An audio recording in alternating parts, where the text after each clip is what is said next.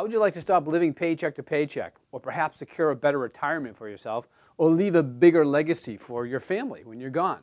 Well, investing in multifamily properties can do that for you. Imagine owning just one multifamily property that pays you at the closing, that pays you month after month in passive income, and also has a big check waiting for you when you're ready to refinance or resell that property. My name is David Lindahl, and here at RE Mentor, we have been teaching people how to invest successfully in multifamily properties since 2002. And in this video, I'm going to share with you how to get started investing in multifamily properties. So let's do an overview, okay? And what I like to call is the 3 cogs of multifamily investing, okay? So cog number 1 is getting started to getting your offer accepted. Cog number 2 is your offer accepted to the close. And then cog number 3 is operating the property, what we like to call asset management. So at any given time, you've got the 3 cogs moving. Well, actually, at the beginning, you're only moving cog 1, okay, because you're getting started. And I'm going to give you the steps to get started. All right, and after you get that offer accepted, you move on to cog 2, which takes you from the accepted offer to the closing. All right, now at the same time you got cog 2 going, cog 1 should also be moving, because you should be looking to increase your portfolio size if that's what you want to do, by putting in more offers, by getting more deals to analyze. So as you go into cog 2 and you go to closing, then you move over to cog 3, which is operating or asset managing the property. We like to train you to have property managers manage the property so you can focus on getting more deals and the asset management of the deal. You do not want to be dealing with any tenants, trash, or toilets. Absolutely not. That's not how you become successful and wealthy. So the whole goal is to have cogs number 1, 2, and 3 rotating at the same time. But in this video, I'm going to focus solely on cog number 1. So how do we get cog number 1 going? All right. So cog number 1, from getting started to the accepted offer, the first thing, well, the 5 things you need to do is you need to be able to analyze a deal. You need to be able to get deals to analyze. You need to be able to make an offer. You need to be able to negotiate that offer. And then the offer gets accepted, and that is nirvana. So let's talk about analyzing basics, all right? Because in order to be a good multifamily investor, you really need to know how to analyze a deal, and that's called underwriting. The better the underwriting you are, the better the underwriter you are, the better the investor you're going to be. So, I personally, I am not a math whiz. I am not, I'm good at underwriting, but I don't like to do it, okay? Because I'm a right-brainer. Left-brainers, engineers, they love to analyze deals, okay? So if you're a right-brainer like me and you're not really too thrilled about analyzing a deal, the one thing I can tell you is you need to know how to analyze that deal so that you can get into a partnership with a left-brainer. So you're doing all the things that a right-brainer would do, and the left-brainer does all the analyzing, which is that's one of the best partnerships we've seen through the years here at RE Mentor, is when the right-brainer and the left-brainer get together and they create great business models. So here's some analyzing basics for you.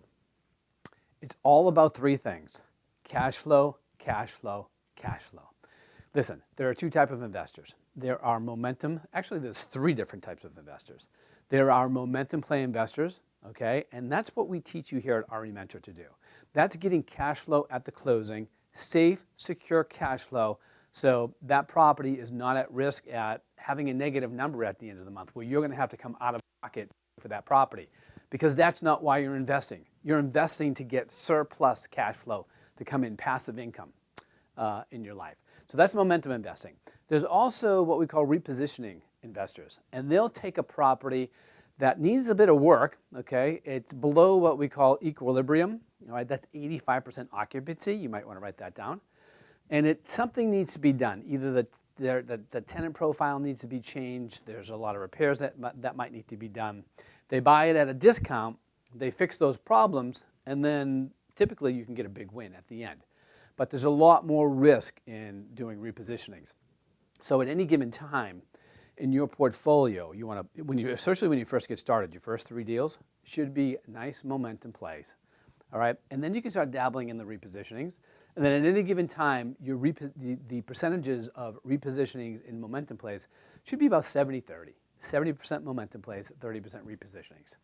Now, the third type of investor is the speculator, all right? They're buying properties without cash flow, assuming that something's going to happen in the market that's going to move that appreciation forward, and that's how they win. We don't speculate. We believe in being conservative investors. We believe in cash flow. So if you want to be doing this business for a long, long time, be a cash flow momentum investor. Sure, you can be a speculator, and you can go out and make some big wins. But the problem with speculating is you can also have some fantastic losses as well. So we want to avoid that part. You know, the whole thing about being a successful multifamily investor is minimizing risk, because there is risk, okay, involved in any type of investing. So we're always looking to mitigate and minimize risk as we go along. So cash flow, cash flow, cash flow. Analyzing. All right, the very basic formula of analyzing is taking your income minus your expenses, and that will give you your net operating income. And that should be a positive number. Now, from there, you're going to have to take out your debt service, okay? Let me go back here. From there, you'll have to take off your debt service, which is your mortgage. Well, I'm going to assume that you can have a mortgage on the property. And when you take your income minus your expenses minus your debt service, all right, that is your net cash flow. That should be a positive number.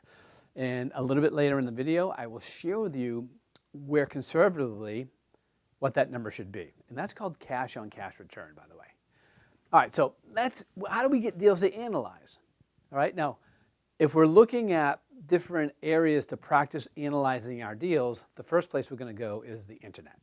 Because there are a lot of deals to analyze on the internet. You can go to Crexy.com, you can go to LoopNet.com, and you can pull deals down and you can practice your analyzing. As a matter of fact, you can practice your analyzing and practice putting in offers. Now, if you're concerned about putting in offers when you're just getting started, all right, the thing to do is what we tell people is to practice in other markets that you don't plan on doing business in, all right? And then you analyze the deals. You analyze deals that, typically the deals on LoopNet and Crexy, they don't cash flow out. Okay, so your offers are going to be low. So you get experience putting in low offers. Hey, every once in a great while, one of those will get accepted, you know, but typically they don't. So practice in markets that you don't plan on doing business in. Then once you get comfortable, and trust me, you'll get comfortable very quickly, then go to the markets that you want to do business in, maybe your own backyard or maybe an emerging market somewhere in the United States. So that's where you can practice. Now, the next step after you've done some practicing is you go to brokers, because brokers really are the gatekeepers of deals. Your focus should be on creating good relationships with brokers. This is a relationship business. You want to write that down. This is a relationship business. Now, if you're a right-brainer, that's great because you're comfortable creating relationships. If you're a left-brainer, if you're an underwriter, then you may not be so comfortable creating relationships. If you're going to be solo as a left-brainer, you can go on to the next step, which is actually direct mail. We'll talk about that in a minute. But the brokers, all right, they are the gatekeepers, and they have what's called pocket listings. So your goal is to have that broker call you when they have a pocket listing before they put that property on the market and say, hey, I've got this deal. Let me know if you're interested. I just signed the seller up today. The easiest way to get to that point is to actually talk to a broker about something that he likes to do other than real estate, and something that he likes to do and something that you like to do. We call this commonality. You find commonality with the broker. You talk about the things you have in common with. People like each other that are like, you know, people like people that are like them, all right? And once you start establishing that relationship, people like to do business with people that they like, and eventually they will trust you. So people that they like and they trust.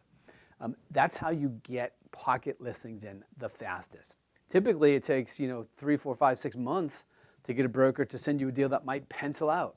All right, but with commonality, you could get one within 30 days, which is good. And I like to say that, and I've learned this in all the different markets that I've been in through the years. I've been in 27 different emerging markets throughout the United States. And I like to say that one broker will make you rich, 2 brokers will make you wealthy, and 3 brokers in any given market that are giving you pocket listings are going to retire your next generation. So brokers are key to this business. Now, another key could be direct mail, which is basically just a numbers game. You get a list of multifamily owners, and the ones I like to focus on are the out-of-state owners, because typically they've bought multifamily properties. They bought them out of state. They thought it was going to be easy to manage, but it's not. And they're managing themselves because they want to save the management fee, which is crazy, but they do. So those are the ones that are taking the slings and the arrows, and they're the ones that have the biggest headaches. So we send them a letter that say, hey, how would you like to get rid of your biggest headache? So we'll get a list of all the multifamily owners in a particular market. We'll segment out all of the out-of-state owners, and then we'll start sending them letters and just basically saying, I'm looking to buy your properties. We actually have a whole sequence of letters that we'll send out not only to out-of-state owners, but to actual owners, non-owner occupied properties. There's a sequence of letters for those. There are owner-occupied properties. There are a sequence of letters for those. The most important thing is to be sending out letters on a regular basis because, like I said before, it's a numbers game, all right? And that being a numbers game, you never know when somebody's going to be ready to sell. They may get your letter over and over again, but that one day when something happens in their life and they either become a distressed seller or they're a seller that's in need of a sale and your letter's there, then it's go time. And in direct mail, you're only looking for a 1% response rate. And a 1% response rate can make you very, very wealthy. So you might want to write that down. All right, so let's go over to the next phase, which is making an offer. All right, so when we're making an offer, what you want to do is you want to determine your strike price on the property, okay? So what is a strike price? A strike price is the maximum amount that you will pay for that property, all right, and still have it to cash flow properly. So how do we calculate a strike price? I'm going to give you 3 ratios. These are the 3 most important ratios in multifamily investing. This is an overview on how to get started, so I'm not going to go too deep into them, but I'm going to give you a good understanding of what they are. So the first one is the capitalization rate. The capitalization rate is the return that you as an investor expect to get on a property.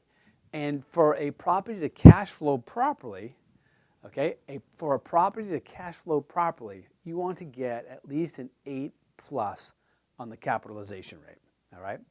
Now, the next ratio is the cash-on-cash return, all right? The cash-on-cash return basically tells you that for how much money you're putting in the deal or how much money you and your investors are putting in your deal, because I'm going to assume that some of you are going to need investors to do your deal. Some, maybe not the smaller deals, but maybe the bigger deals when you start doing bigger deals.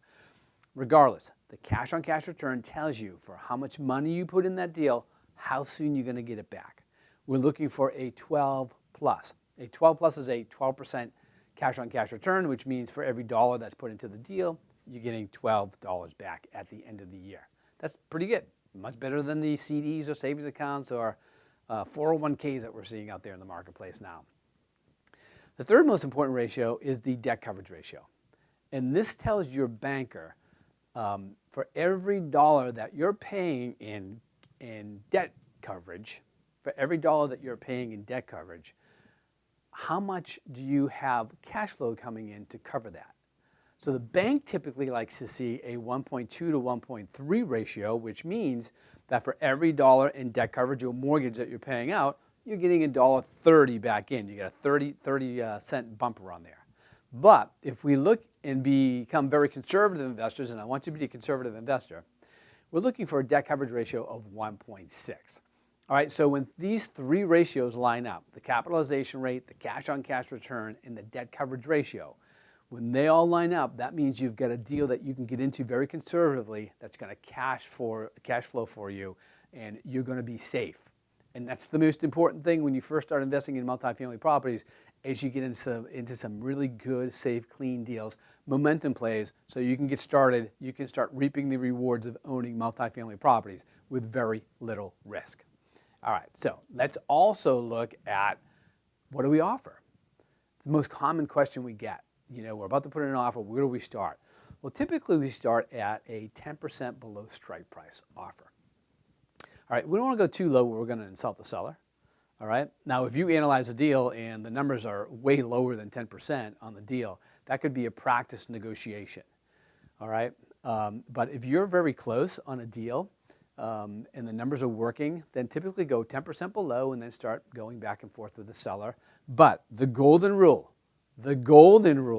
is we never, ever, ever go above strike price.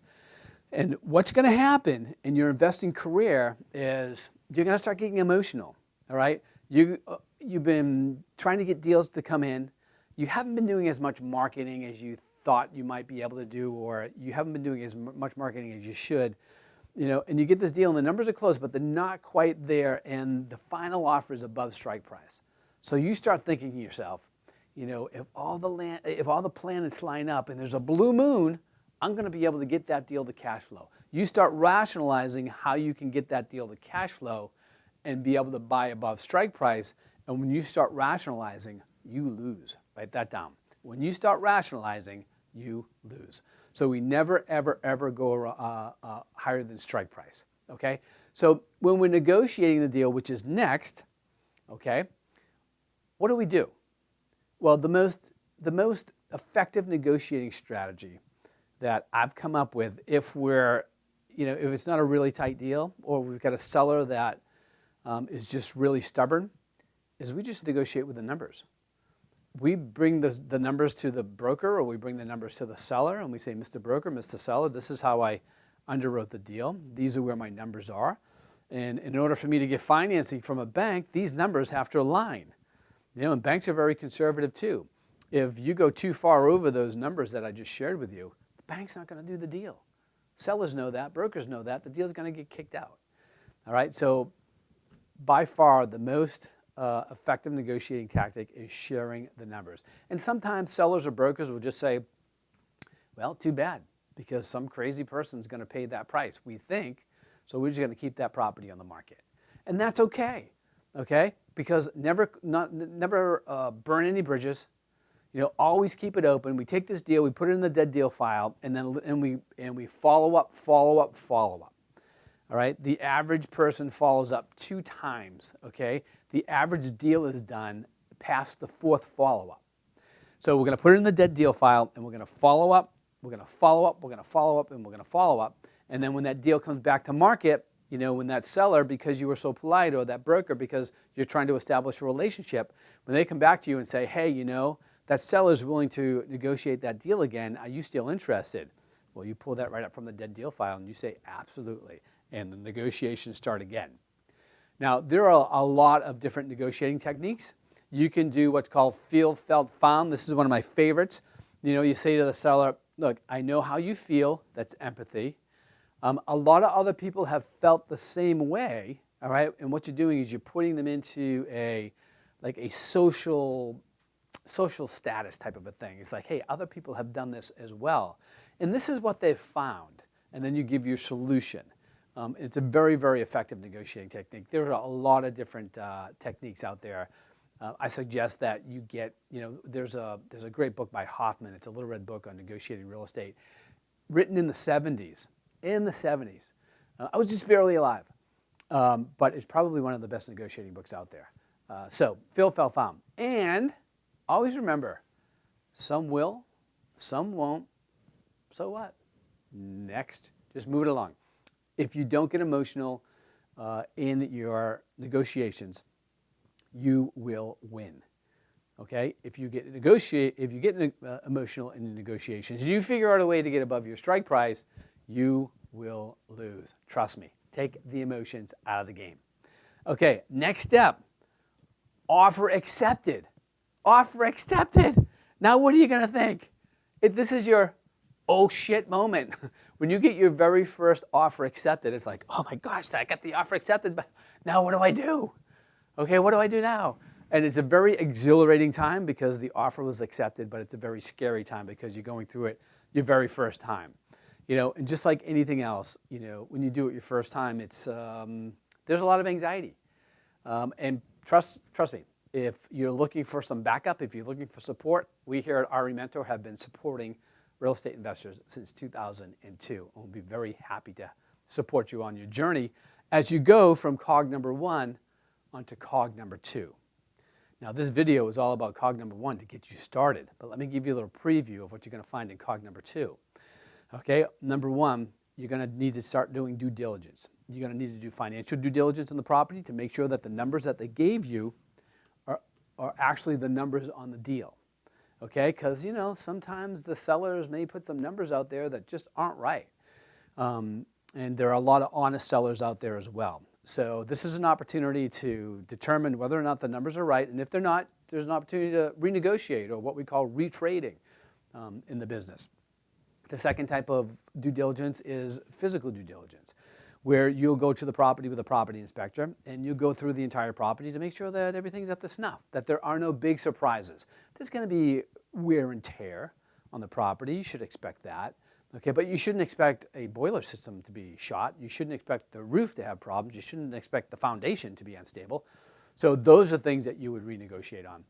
And then there is what's called legal due diligence. And legal due diligence is just to determine that, hey, there are no easements that you didn't know about. There's the title is clear, and all the different legal things that you need to know when you are buying a property.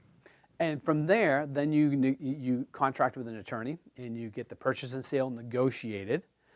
A good quality attorney, local attorney, it's always important to use a local attorney, will negotiate the purchase and sale agreement with you.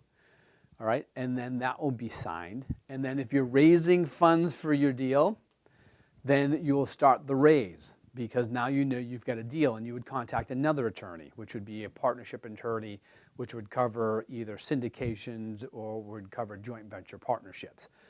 If that's the route that you want to go, there are a lot of different ways that you can raise money, but this is a time where you start raising money for that deal. At the same time, what you want to start doing is you want to start looking at what you're going to use for senior debt, which is just another term for where you're going to get your mortgage. All right, a lot of good mortgage lenders out there.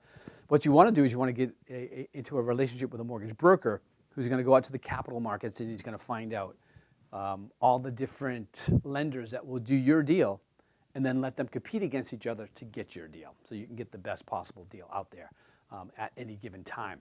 And let the lending broker go out there into the capital markets and find the best source of financing, while you go out and keep cog number 1 going and getting more deals coming in.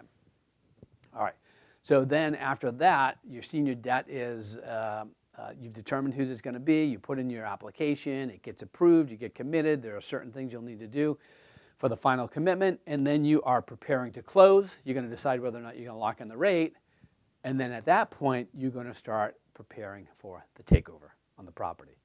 And then you'll go into cog number 3, which is operations and asset management.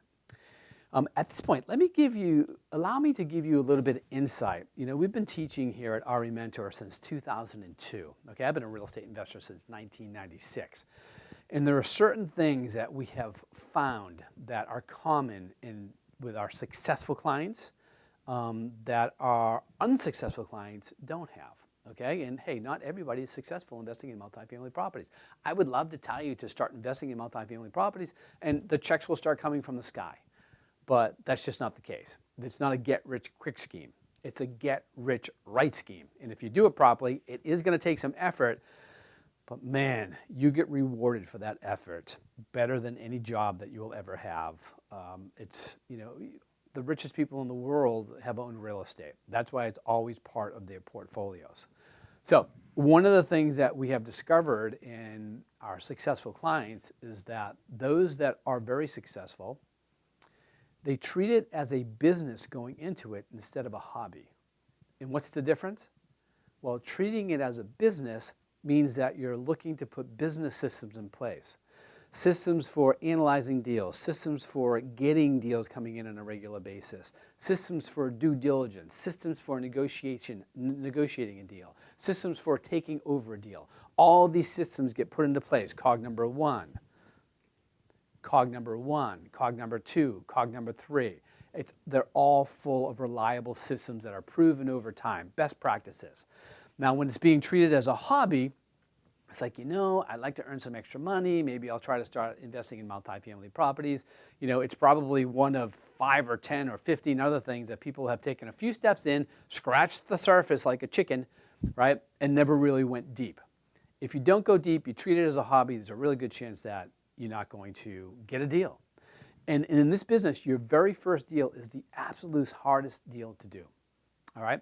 It's because you just don't know what's on the other side of this deal. You don't know if the systems will work. You don't know if building the right team is the right team.